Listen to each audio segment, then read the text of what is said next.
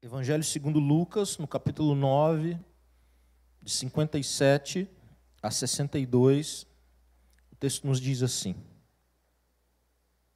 Indo eles caminho fora, alguém lhe disse: Seguir-te-ei para onde quer que fores. Mas Jesus lhe respondeu: As raposas têm seus covis, e as aves do céu ninhos, mas o Filho do homem não tem onde reclinar a cabeça. A outro disse Jesus: Segue-me. Ele, porém, respondeu: Permite-me ir primeiro sepultar meu pai.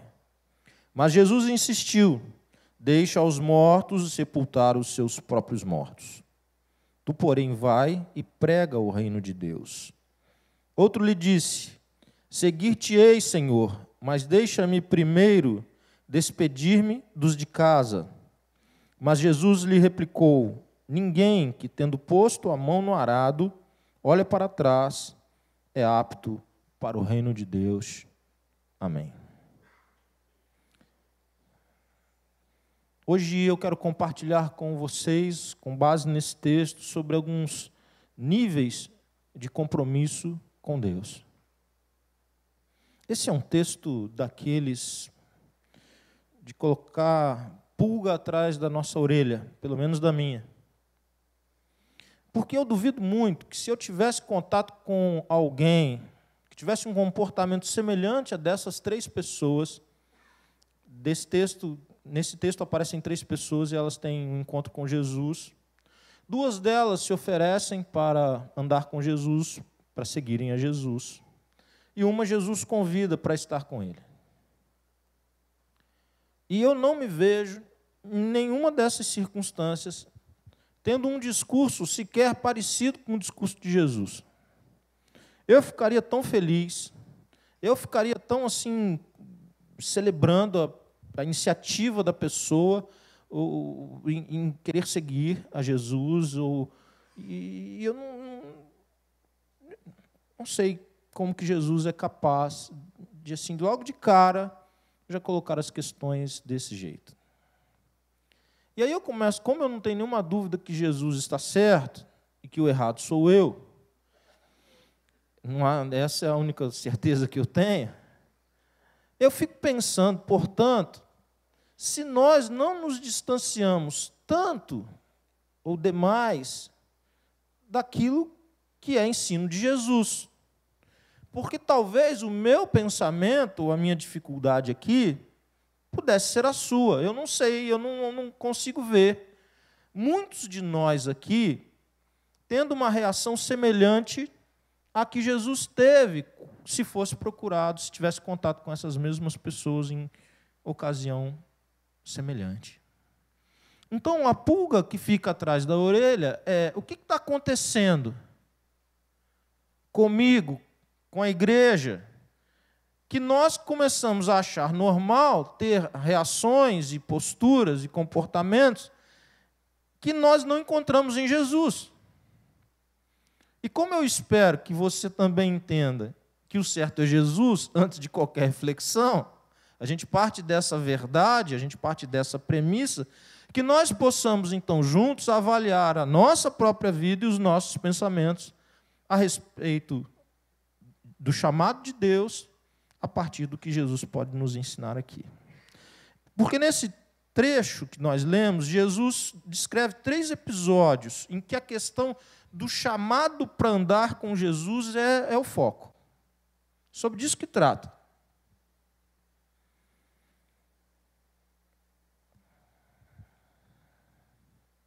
Jesus havia acabado de ser preterido, de ser deixado de lado numa cidade dos samaritanos.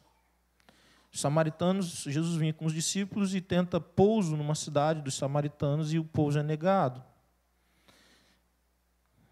Quando a gente lê, por exemplo, 9:51, é essa narrativa. E logo a seguir vem como que se fosse uma prova para aqueles que queriam seguir a Jesus ou para aqueles que imaginavam que seria fácil, que seria moleza. Jesus coloca uma prova para eles. John Wesley, ele faz uma declaração que me parece muito pertinente com aquilo que eu desejo trabalhar hoje com vocês. Ele diz o seguinte: a conversão tira o cristão do mundo e a santificação tira o mundo do cristão. Me parece que esse texto, essa passagem que lemos da Bíblia, ela tem uma relação mais direta com a segunda parte da frase de Wesley: a santificação tira o mundo do cristão. Alguém já disse que difícil não é tirar o povo do Egito. Difícil é o quê? Tirar o Egito do povo. Seguir Jesus tem, segundo o próprio Jesus, exigências. Segundo o próprio Jesus, segui-lo tem consequências e exigências que são altas. E não me parece que seja... Essa palavra me parece muito oportuna para mim e para você mesmo. Que professamos ser seguidores de Jesus. Que professamos uma caminhada com Jesus. Nós somos de Jesus. E eu quero ver se aquilo que nós entendemos como caminhada, se a nossa própria caminhada está dentro dos níveis de exigência colocados por ele. Porque o primeiro nível de exigência que eu vejo aqui é que exige-se do discípulo de Jesus que ele lide com desconforto e rejeição. Mateus, esse texto também, essa ocasião também é descrita pelo evangelista Mateus. Ele vai, Mateus capítulo 8, lá em 8:19, por exemplo, ele vai revelar que esse alguém que procura Jesus, ele era um escriba, ele era um doutor da lei, ele era um religioso, ele era um conhecedor da palavra, ele era um conhecedor das histórias do Antigo Testamento. E não era um conhecedor superficial, era um conhecedor profundo. E ele enxerga em Jesus alguém de poder, muito possivelmente porque os profetas que anunciavam o Messias, existem duas ênfases nos profetas. Uma ênfase, por exemplo, de Isaías seria o sofrimento do Messias. É uma ênfase do profeta. Mas, por exemplo, a ênfase de Daniel é o poder, é a autoridade. Poder e autoridade. Então, quando alguém que conhecia o Antigo Testamento e vem para Jesus e diz que quer fechar com ele, que quer andar com ele, que quer segui-lo, que quer ser um discípulo dele, muito possivelmente ele tinha em mente uma dessas duas coisas, e provavelmente o poder de Jesus, que já começava a ficar claro, porque Jesus fazia coisa que ninguém fazia. Jesus realizava milagres que exatamente nós chamamos de milagres, porque a lógica humana e a razão humana não são capazes de explicar o que ele fazia. Jesus tinha um discurso duro, um discurso bem duro, direto com as pessoas, e as pessoas viam então que ele possuía autoridade. E quanto mais ele ensinava, mais se revelava na mente das pessoas o reino de Deus. Então um homem, um religioso, diz: eu quero te seguir, Jesus, eu estou fechado contigo.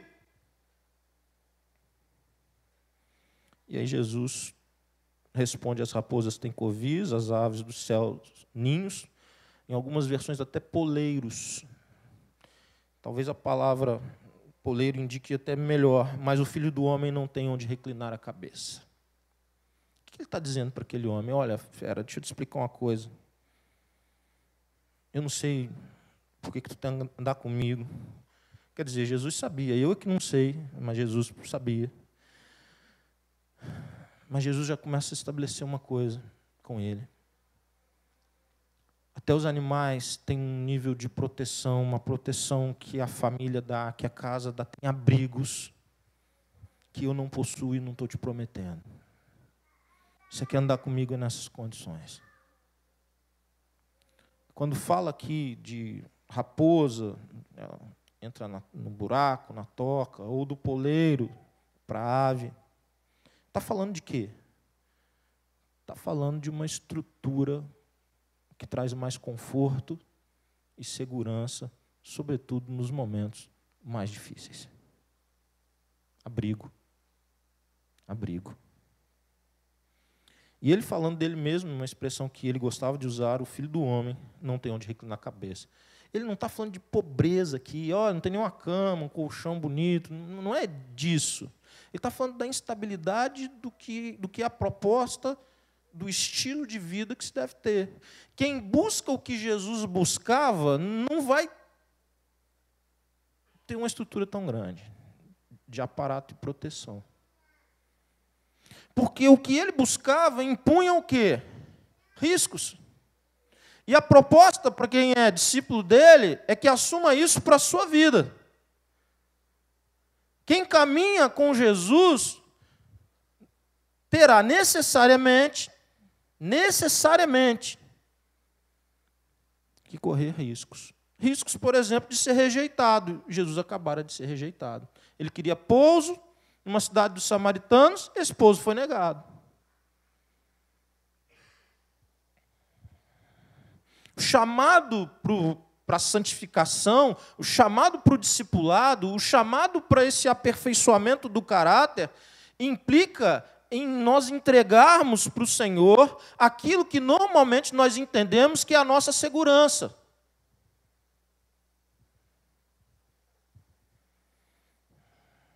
E que normalmente está ligado com bens materiais.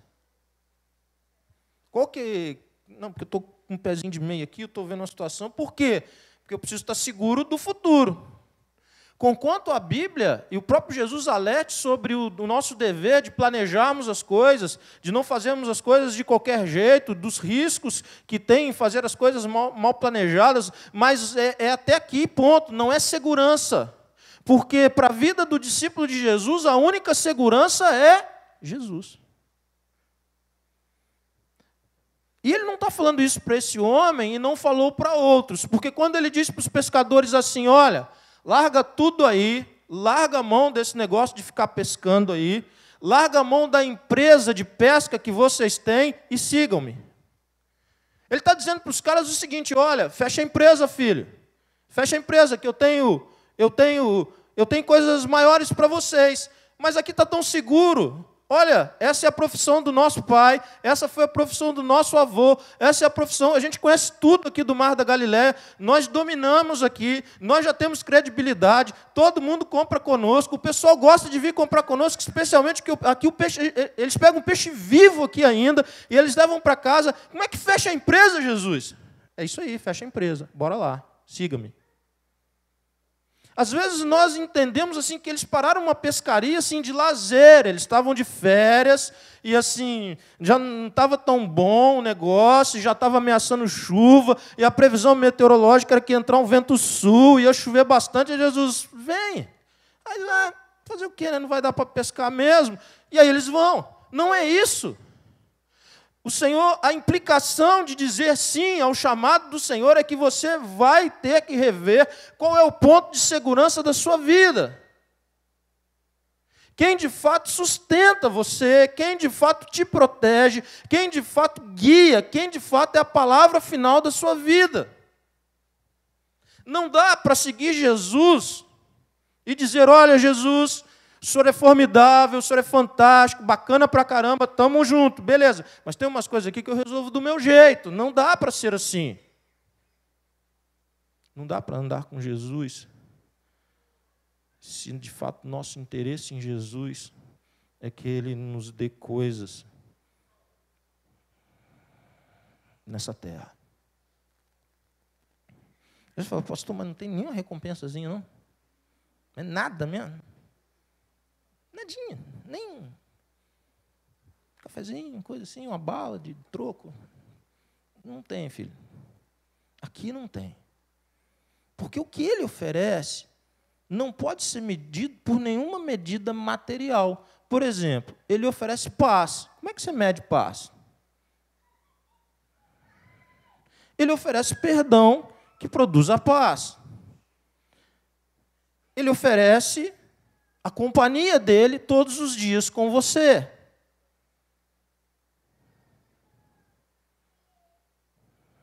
Ele oferece o Espírito que ele disse que doaria quando ele retornasse para o Pai, para habitar você. Como que você mede isso, filho? E ele promete vida eterna. Mas como nós temos muita dificuldade de olhar para aquilo que é eterno, estamos presos, olhando para baixo, sempre para o que é temporal e material, aí nós temos problema. Por quê? Porque a nossa única recompensa válida é para esse tempo. E para a eternidade? Para a eternidade depois eu me resolvo. Que eternidade, pastor? Eu tenho que pagar a conta essa semana. Como é que eternidade? O boleto vence amanhã, pastor. Como é que é eternidade? Quem vive nesse modelo vai ter muita dificuldade com andar com Jesus. Por quê?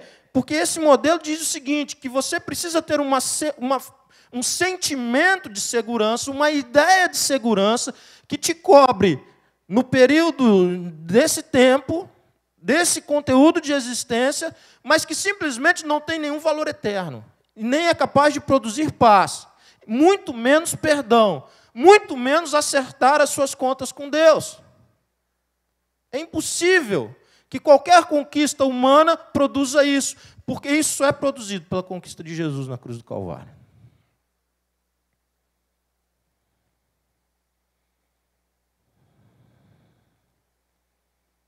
E isso impõe uma tensão para os discípulos de Jesus.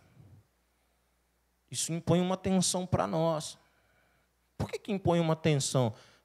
Porque quando a gente leva isso até a raiz, isso deveria mexer, por exemplo, com o modo como a gente ora.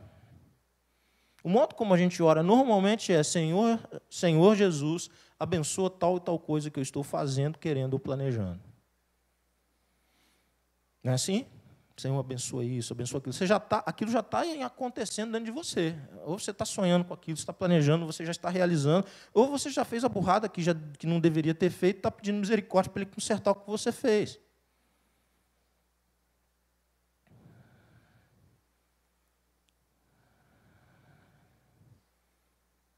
Essa é uma oração. Mas talvez essa oração ela não esteja bem alinhada com esse princípio que Jesus traz. Porque a oração talvez fosse essa: Senhor, eu estou com meus barquinhos de pesca aqui, é um negócio de família que passa de geração para geração, mas ninguém conheceu o Senhor. Meu pai não te conheceu, meu avô não te conheceu, meu bisavô não te conheceu. E eu estou tendo a dádiva maravilhosa de te conhecer na minha geração. Só veio ao meu encontro agora. O Senhor chamou meu nome.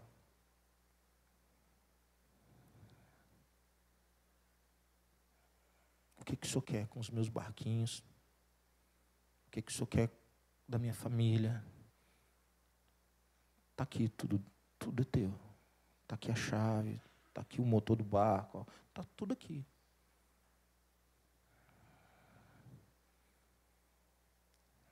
Talvez a oração melhor fosse: Senhor, eu vou abraçar o projeto que o Senhor quer abençoar. Qual que é o projeto que o Senhor quer abençoar, que você pode fazer parte? Você está falando, pastor, mas é para todo mundo largar o emprego e parar de estudar. Não é isso. Não, se eu estou dando esse ar, eu estou errando muito. Não é isso, não. Eu estou dizendo para você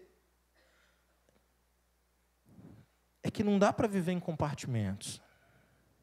É que não dá para achar que a faculdade é coisa sua, que o trabalho é coisa sua, que a empresa é coisa sua, quando você se diz de Jesus. Porque tudo que é seu agora, então, você entregou para Jesus, porque você entregou sua vida para Jesus. Você fala, mas e se for assim, se eu quiser guardar assim, umas 2 ou 3 coisas, aí não dá. Não dá para guardar nada.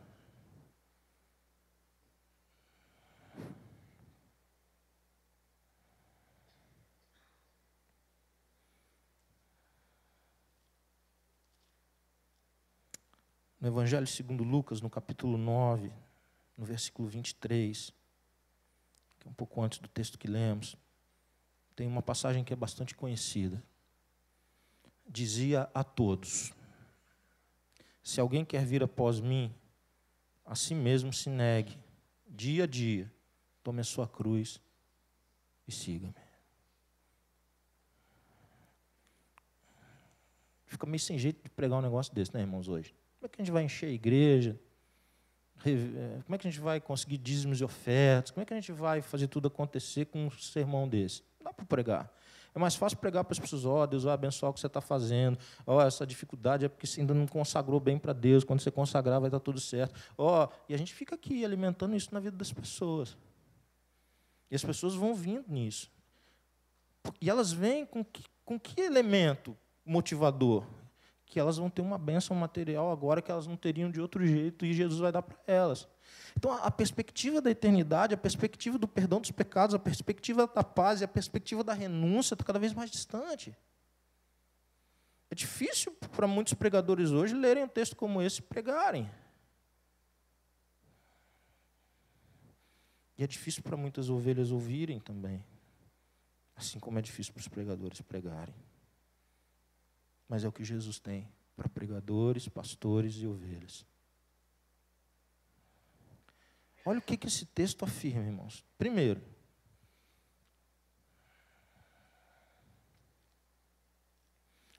Jesus remete aquelas pessoas à imagem daquilo que é tortura, sinônimo de maldição e que leva para uma morte bem doída e sofrida.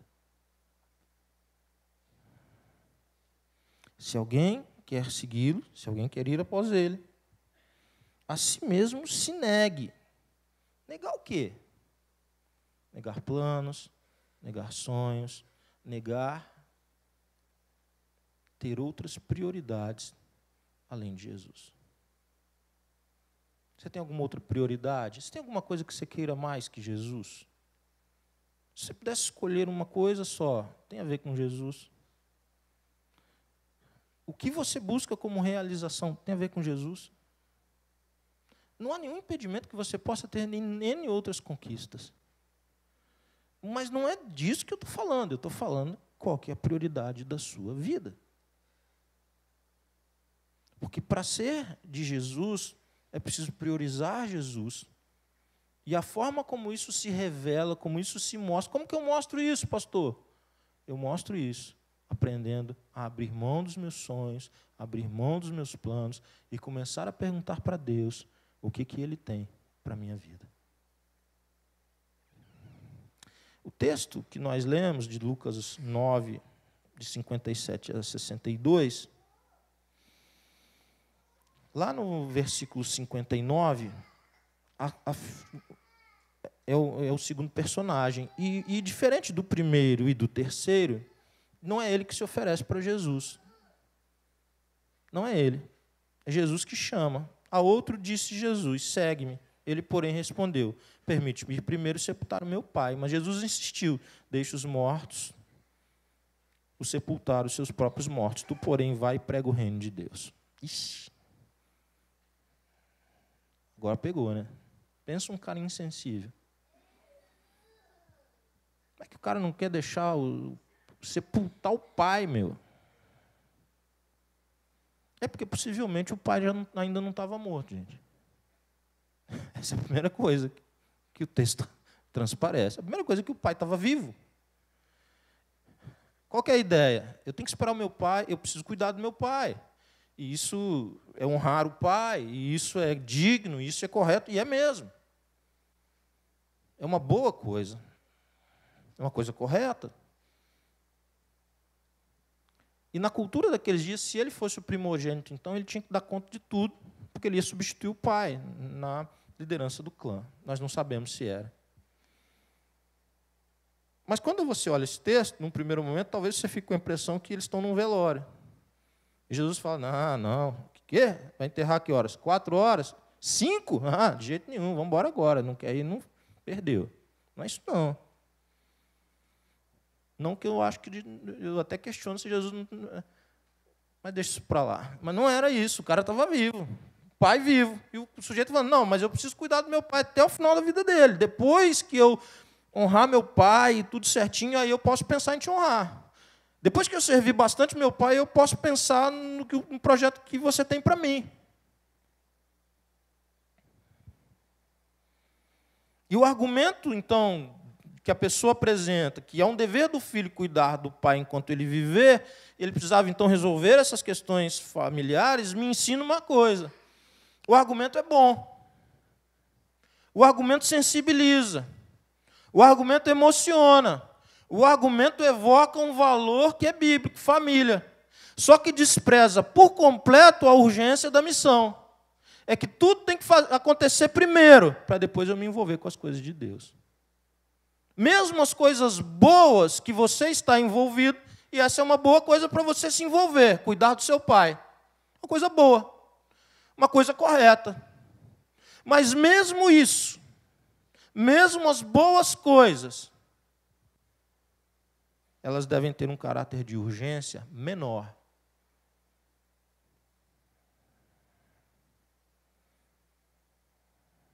Em relação a seguir a Jesus. Pastor, o negócio é o seguinte, pastor, não estou conseguindo assim discipular, não estou conseguindo evangelizar. Sabe por quê, pastor? Ó, é a situação lá na empresa.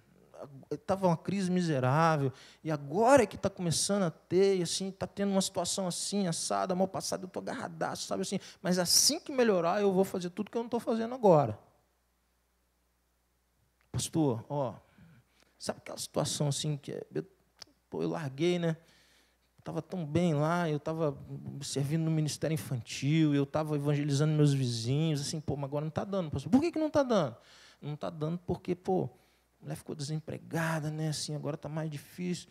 Você sempre vai ter coisa para resolver, filho. Não vai chegar nenhuma época da sua vida que não vai ter nenhuma coisa para você resolver, não. Você está esperando isso? E dificilmente melhora, se você quer saber. Sabe quando que vai melhorar? Na glória. Mas aí não dá mais para você fazer o que tem que fazer. Lá não dá mais. Não se espera mais que faça. Não é para fazer mais, para fazer agora. Não tem depois. Sabe aqueles dons que o Senhor já te deu? Sabe aquelas coisas que você fala, sim, nossa, era tão bom, pastor, que eu servia, né? Olha, eu ministrava para os surdos, pastor. Eu servia, que era uma beleza. Olha, eu servia. Tá bom, você vai resgatar isso quando? Depois que morrer? Depois que morrer não precisa vir mais, não, filho. Nem os surdos vão querer mais. Nem as crianças vão querer mais. É agora, não é depois. Não dá para querer esperar o pai morrer, para você ir enterrar e depois querer se dedicar com aquilo que tem dedicação prioritária.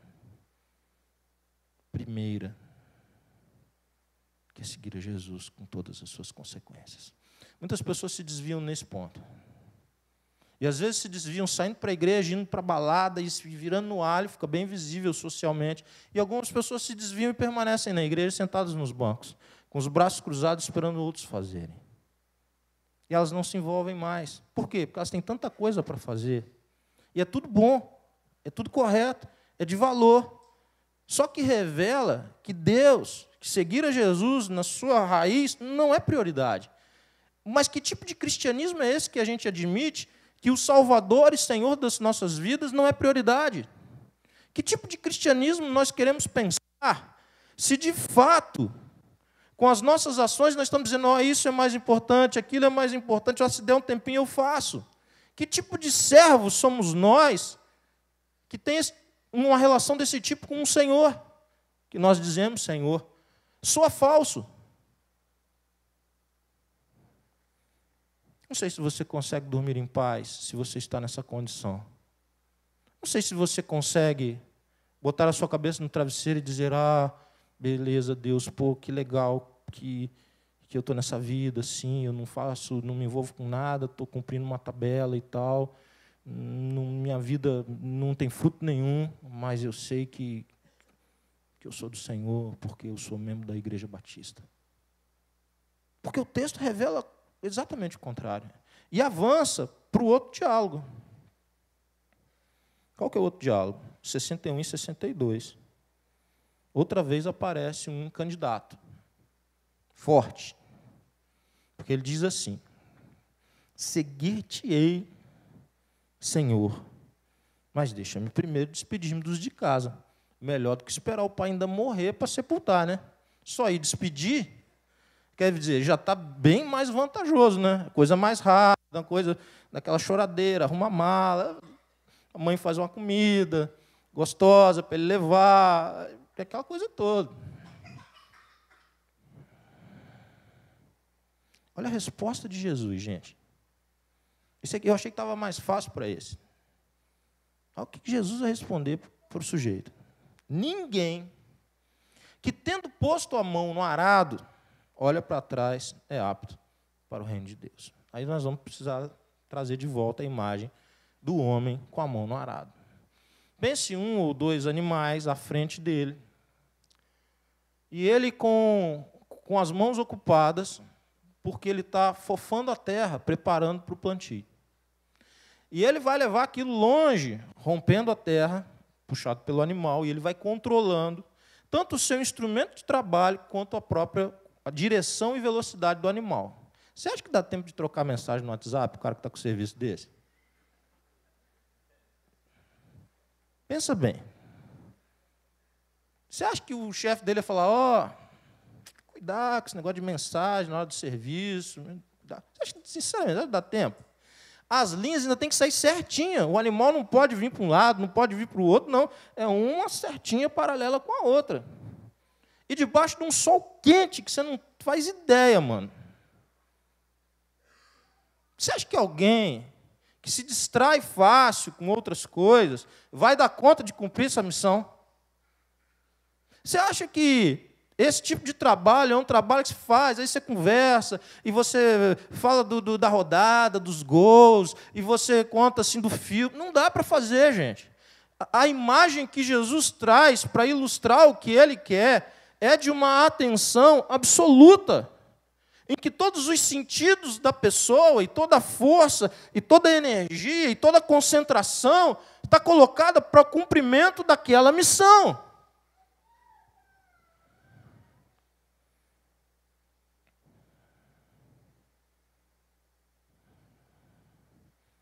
Enquanto o arado afofava a terra para o plantio,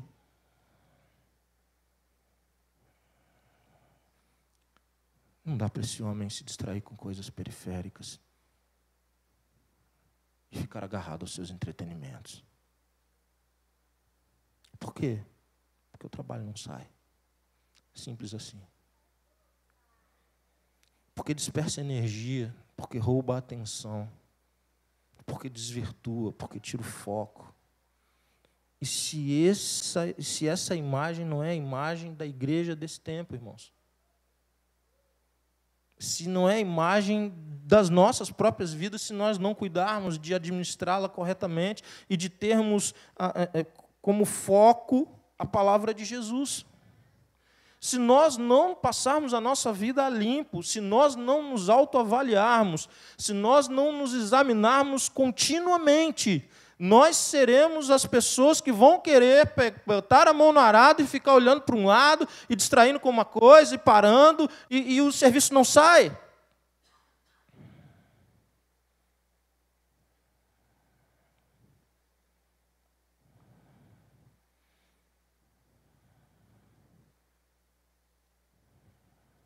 E o relacionamento com o Senhor não prospera. Você vai ter muita prosperidade material, talvez. Não duvido, não. E desejo isso. Desejo que você tenha. Mas não ao preço da sua falência espiritual. É caro demais.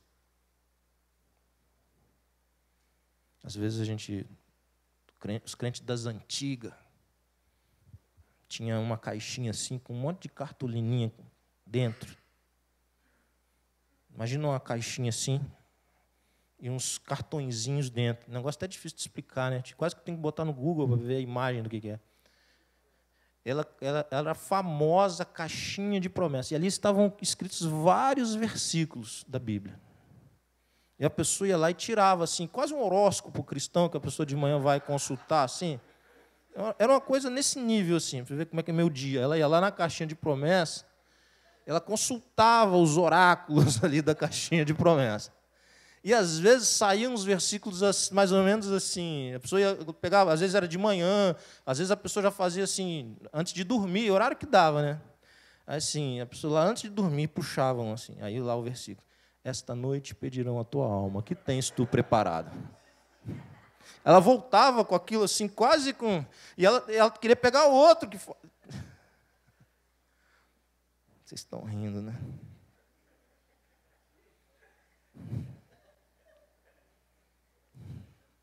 Tu tá rindo, né, guria? Tu já pegou, né?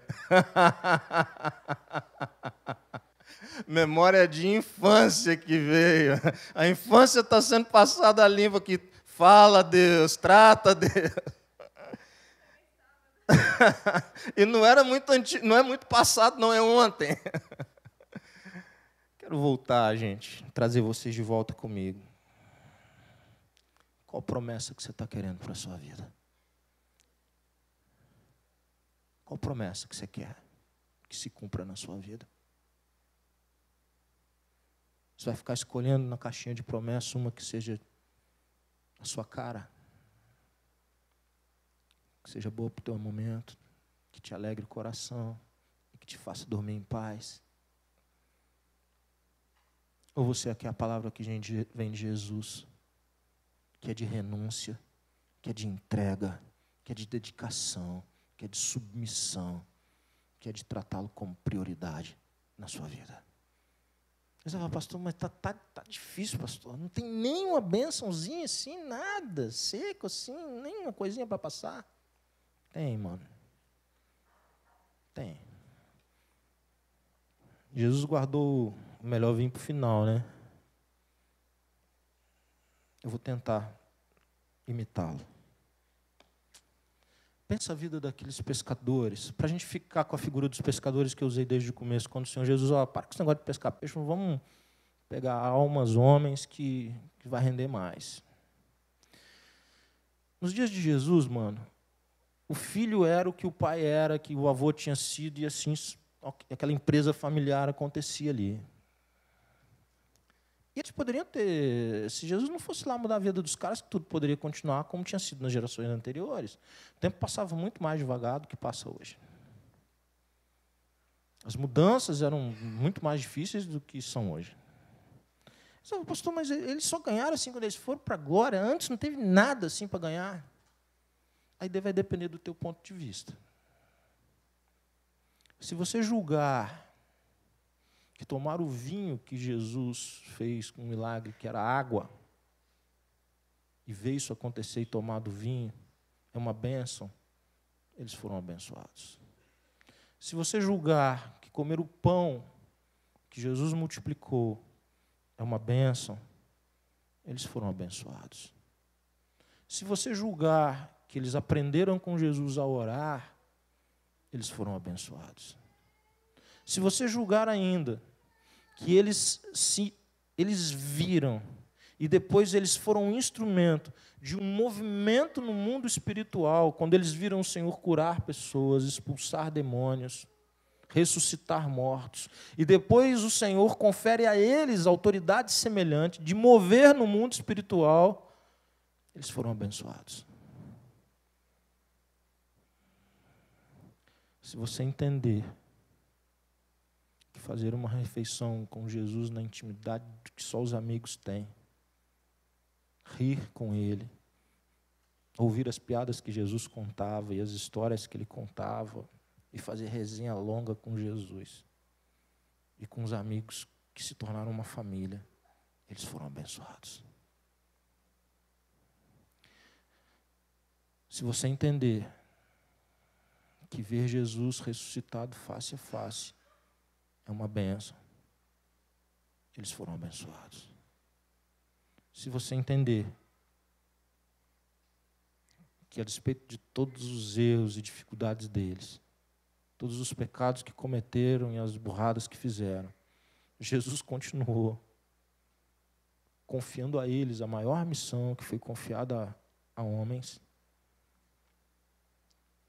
que é anunciar o reino de Deus. Eles foram abençoados. Eu não sei se você chama isso de bênção. É o que você chama de bênção para a sua vida, é que vai definir se eles foram ou não abençoados. Mas eles poderiam continuar anonimamente, Estava tudo certo, não tinha nada de errado em ser pescador, como não tem nada de errado em ser pescador. E eles continuavam com a empresa e estava tudo certo. Mas eles jamais viveriam o que o Senhor Jesus havia preparado para eles. É o que você quer viver. Você quer viver o que você tem preparado ou você quer viver o que o Senhor tem preparado para a sua vida? Baixe sua cabeça, feche seus olhos. Qual é a resposta que você pode e quer dar ao Senhor nesta hora?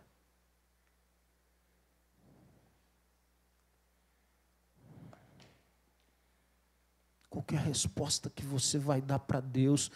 Qual é o lugar que Deus ocupa como na sua escala de prioridades?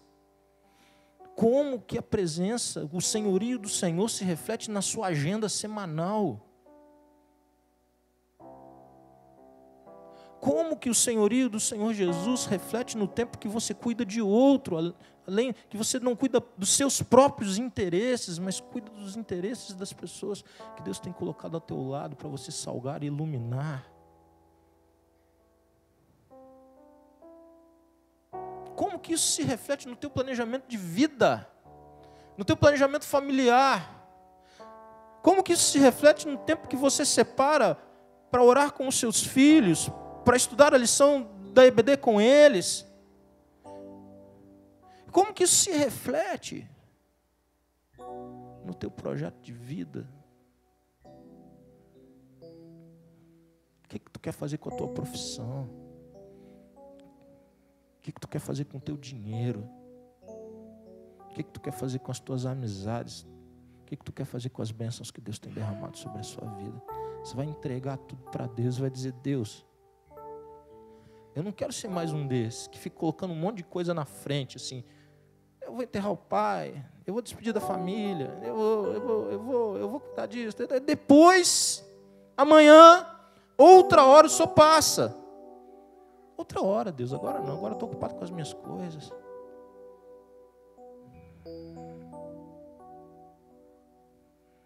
Na sua escala de prioridades, qual é o lugar que você vai separar para Deus? Porque pelas palavras de Jesus só existe um lugar. E se estiver ocupado por qualquer outra coisa, pessoa, eu e você também seremos reprovados. O que você quer com Deus, meu?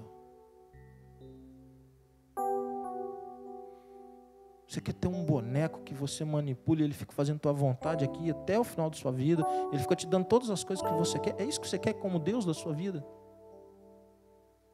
Você quer um boneco para você manipular bastante assim, mas com uma aura, com uma capa assim de religiosidade assim, e aí na verdade você está com ele só porque o que ele pode te dar nesse tempo, sem nenhuma perspectiva do que é eterno, sem nenhuma perspectiva de salgar, de iluminar, de servir. Vai continuar vivendo para quem? Para você, para os seus interesses. Qual verdade que dirige a tua vida? É a verdade de Jesus, da palavra, ou é a que você concebeu para si?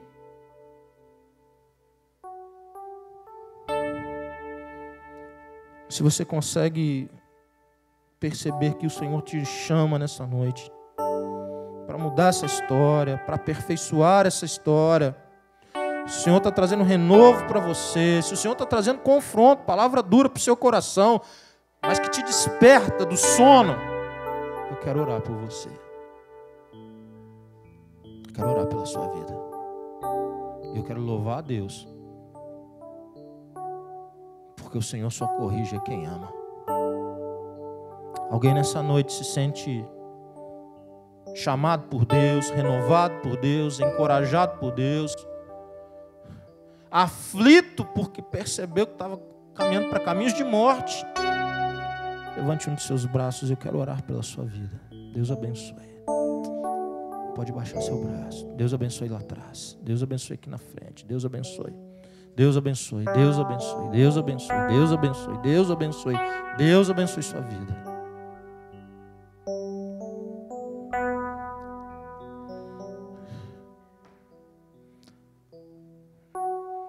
Alguém mais nessa noite pode dizer: Deus, muito obrigado,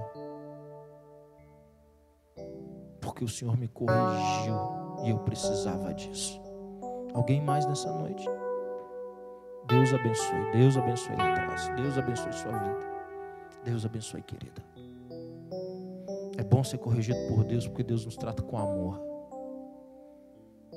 Porque Ele não desistiu de fazer cumprir na tua vida o propósito dEle.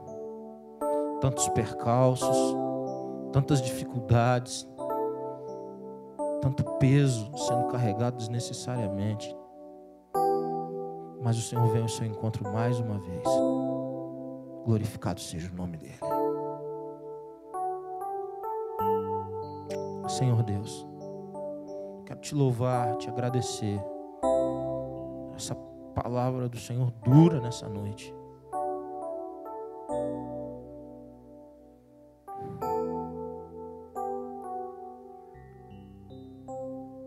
Mas eu quero te agradecer, Deus, porque nós não queremos e também nós não conseguiríamos, nós não podemos fugir dela, porque ela é a expressão da verdade. Ela expressa a verdade do coração do teu filho. De que não dá para a gente ficar se enganando, fantasiando, brincando de uma possível ou pseudo vida com o Senhor, se na verdade o Senhor não é prioridade para nenhum de nós. Não é prioridade para os nossos relacionamentos, não é prioridade para o nosso tempo, não é prioridade na família, não é prioridade em lugar nenhum. Mas porque a gente vem a uma celebração religiosa um dia da semana. Livra-nos dessa miséria, Deus. Livra-nos, Deus. Desperta-nos.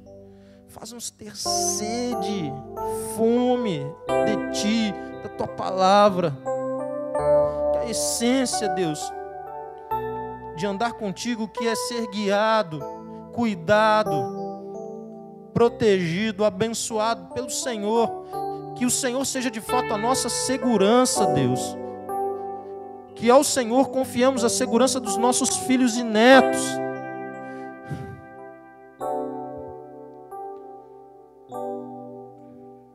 Obrigado, Deus, porque as palavras do Senhor são palavras de vida eterna. De que nos adianta, Deus, ganhar o mundo inteiro e perder a nossa alma. De que nos adianta, Deus, seguir um evangelho feito à nossa imagem, seguir a um Deus feito à nossa imagem. Nós louvamos o Teu nome pela Tua palavra nessa noite. Que o amor de Deus, o nosso Pai, a graça salvadora de Jesus Cristo e as doces consolações do Espírito Santo de Deus sejam derramadas de forma viva, rica e abundante sobre a sua vida, sobre a sua família, sobre todo o povo de Deus. Amém.